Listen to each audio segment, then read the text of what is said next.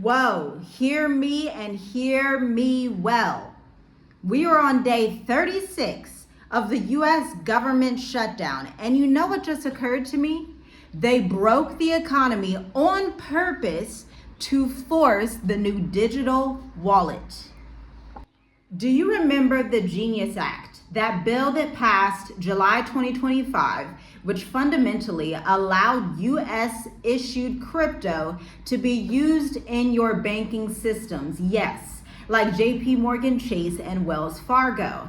And now think about the food control that's happening and the new obedience economy. Let's talk about this because listen, this inflation is not accidental. These SNAP benefit shutdowns and food shortages also not accidental. This is the economic collapse that's just gonna keep on dragging along. As we all know, or should know, we are on day 36 of the US government shutdown.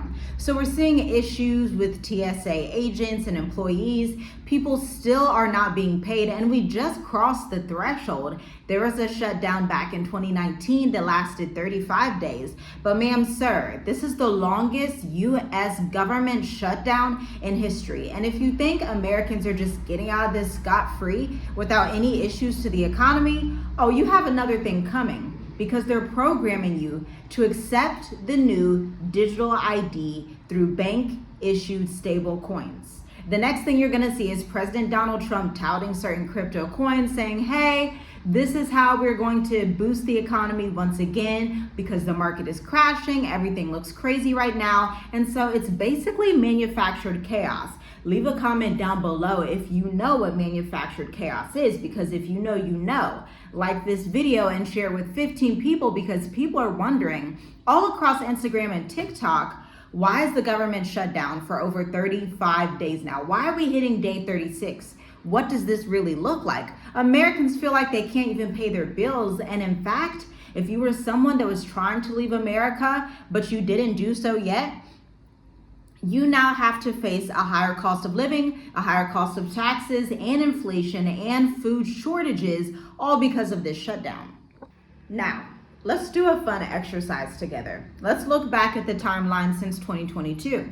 From 2022 to 2024, we had record-breaking inflation.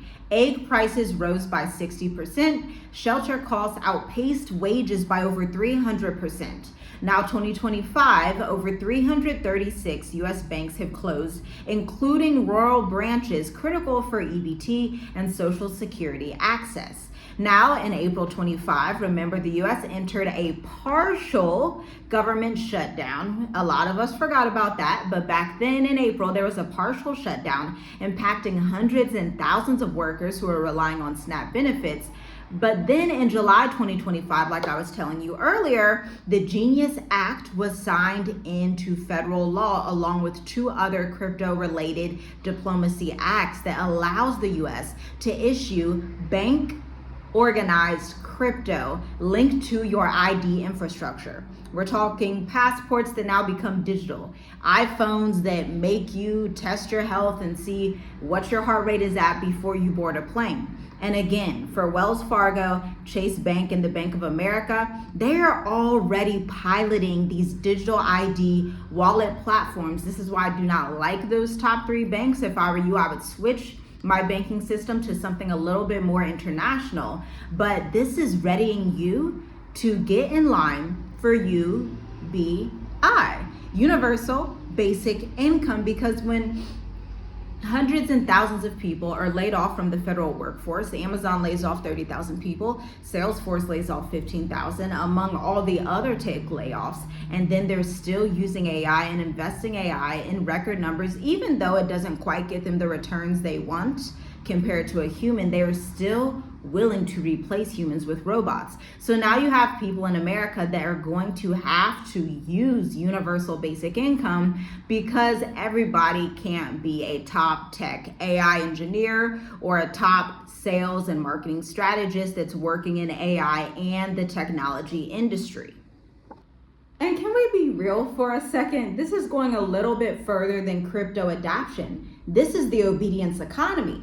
This is where currency becomes conditioning. Think about the old economy, the new wallet economy. You earned it, you spent it.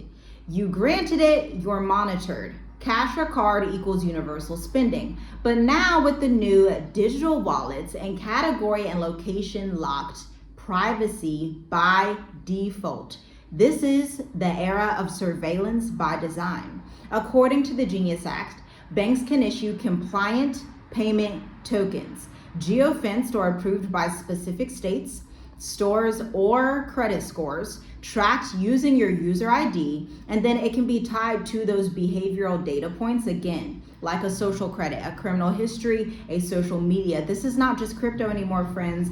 This is programmable obedient currency, and it's permission-based. This is exactly why for expats, we're doing the emergency State of the Diaspora 2026 edition this weekend, this Sunday. Like you're seeing this, let's look at my calendar. It's November 5th.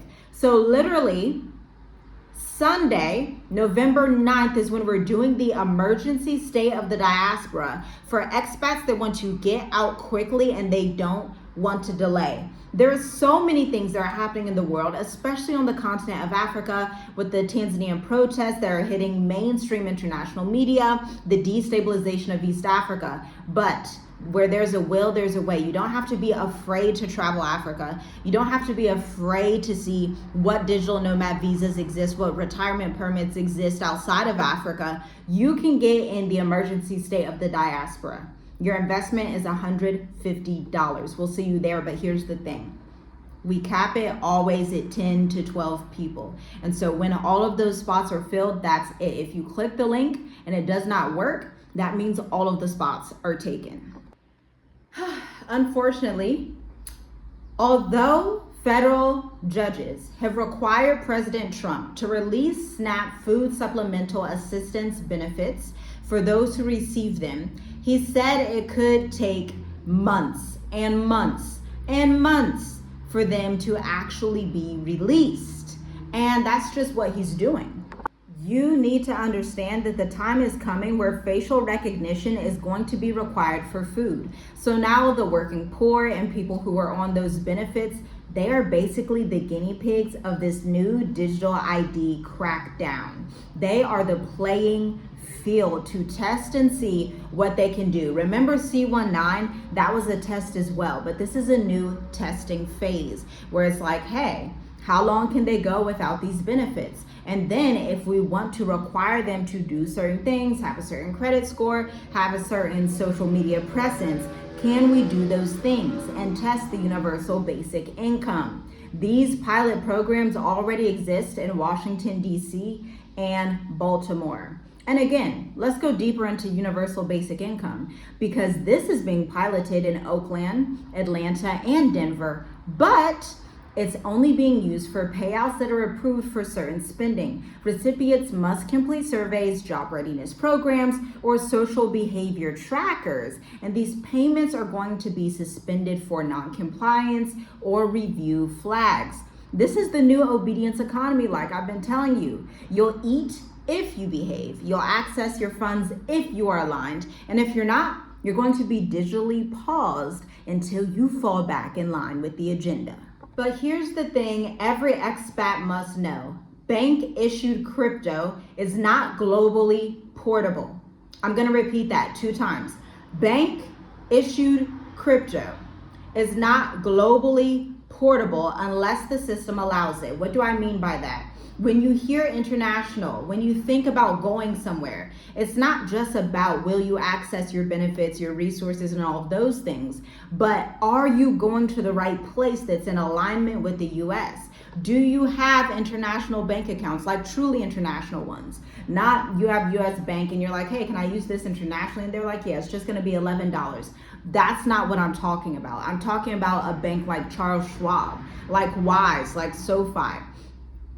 They are truly catered to expats and digital nomads because there's a steep difference. This is why we break these things down in the State of the Diaspora and the Mature Adult Intensive, because most expats and beginner expats just don't understand that the US does not have power everywhere. The US is not even as connected to Europe as it used to be. And so the moment you step into the region of Southern Africa, a Botswana, Namibia, South Africa, or Mauritius, or a Thailand, the Philippines, or even further, if you're going to some of the Pacific Islands, you're going to quickly realize, oh, if I don't have the right international accounts, these systems don't work internationally. Bitcoin may work in Mexico or Brazil, but it's not going to work out here in Mauritius. It may or may not work in Botswana and Namibia or Ghana. Okay? Understand that developing countries are truly developing. They are not on par with what the US has interacted and accomplished yet. And they may not be, depending on the route that they take, because remember, these developing nations across Africa and even some parts of Asia are literally decades and decades behind what the US has done and where the US is going, especially in the age of AI. But this creates a unique opportunity for you to have the freedom that you need, because without that heavily technology implicated surveillance state that the US is trying to build, you can have other freedoms even with your US passport, as long as you are not physically located in the US. This is why they don't want you to leave. This is why the government shut down, because obviously your airplane tickets are going to increase, but what is the cost of your freedom? I was speaking to a client yesterday, and it wasn't even like a travel client or anything like that. This was a marketing and business client. She's Liberian American. She owns a business. She has for over 5 years in e-commerce and things of that nature, running Facebook ads. I won't get into the nitty gritty, but something that we were talking about stuck out. I was telling her that in order to make decisions in your business and in your marketing strategy, something that always helps me is thinking about, as an old woman, if I am blessed to reach the age of 92, 105, like some of the older women in my family, if I'm blessed to reach that age, I do not want to live with regret about anything. I don't want to have regrets about wishing I traveled. I don't want to have regrets about wishing I invested more in my business. I don't want to have regrets about spending time with my family. I don't want to have regrets about what I didn't learn that I could have learned. So let that also be a lesson for you in these times with the government being shut down, while there's chaos in the world. Are you making decisions that 98-year-old, 102-year-old you might regret later down the line? I've been listening to videos from these older people, and they always cite the main thing that they regret is not traveling with their family more often. So you're overwhelmed. You're like, wow, this is a lot. The government has been shut down for the longest time in history. What is there to do now? I want you to remember Joseph in the book of Genesis. Genesis chapters 40 through 50. He did not stockpile out of fear. He did it out of wisdom. And when Joseph stockpiled, he wasn't just doing it for 6 months, 3 months. No, they stockpiled for 7 years of famine that was coming. They used the 7 good years of grain that they had in Egypt. And remember, Joseph was a foreigner, right? He was a foreigner in Egypt, this huge kingdom at the time that just didn't have the strategy that they needed to acquire the wealth to save for the other years that we're going to have famine in the land. This is that time of, again, you need to be the Joseph of your family to store while the time is right. When the famine comes, you don't want to be caught slipping, because then it's too late. This isn't fear. This is the foresight you need for your family to move forward. Because once the digital economy and the global system is fully set on, you won't be able to opt out. You will only be able to comply or be cut off. Prepare now while you can. Shalom, shalom. I'll see you in the next video. Check out the blogs in the description from one of our partner agencies talking about crypto. If you're like, man, I need to understand what's going on with this and how to evade this, how to have a cold wallet, how to understand the market. These are things that we have to know. At the end of the day, Joseph in Egypt, he not only understood the market, but he was the top leader of the Egyptian and global market. Let's get to it. Shalom, shalom. See you in the next one.